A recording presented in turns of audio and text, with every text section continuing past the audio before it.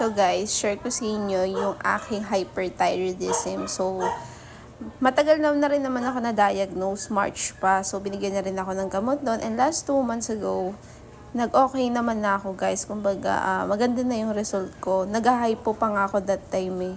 Pero ngayon, na binabaan nga last 2 months yung gamot ko. Ito bumalik naman ulit yung hyperthyroidism ko. So, number 1 sign daw, sabi nung endocrinologist ko, is naglalagas-lagas yung buhok. Which is, eto nga, naglalagas siya.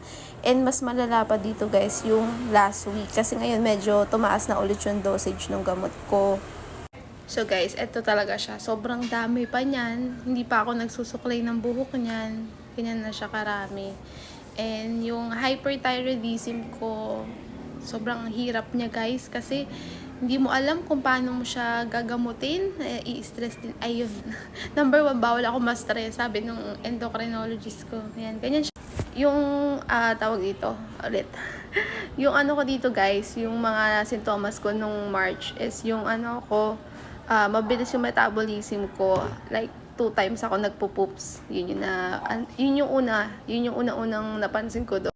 Tapos pagod na pagod ako, tas ang lala ng palpitation ko kahit wala naman ako iniinom na coffee. Akala ko nga before dahil sa coffee yun. Sas hingal na hingal, pagod na pagod. Tapos, na ano naman ako dun guys, maaga ko siyang, kumbaga maaga kong nalaman yung sakit ko na yun. Kasi nga, medyo OA ako guys. And nagpapagamot din kasi ako para sa adenomyosis ko. Kaya ayun, maaga siyang na-diagnose na may hyperthyroidism ako. Mahirap yung may sakit na hyperthyroidism, sabi ng endocrinologist ko, kasi nga daw maapektuhan yung puso mo. So, ngayon, tinaasan yung dosage ko. And by January 2026, baka mag-undergo ako ng radiation. Kasi nga, para mawala na din siya. So, ayan guys, before, sobrang laki ng mata ko. Lumuluwa yan. Pero ngayon, thank God, at hindi naman. Kasi, kawawa naman ako, ma.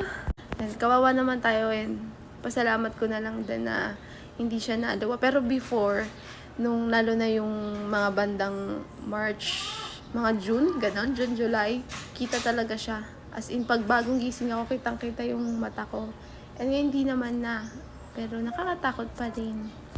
So, ayun lang. Kung meron kayong tanong about sa hyperthyroidism, comment kayo, share ko sa inyo. Tapos, pakita ko sa inyo kung ano yung gamot ko. Hindi ko lang kasi makita ngayon. Sige, yun lang. Bye-bye!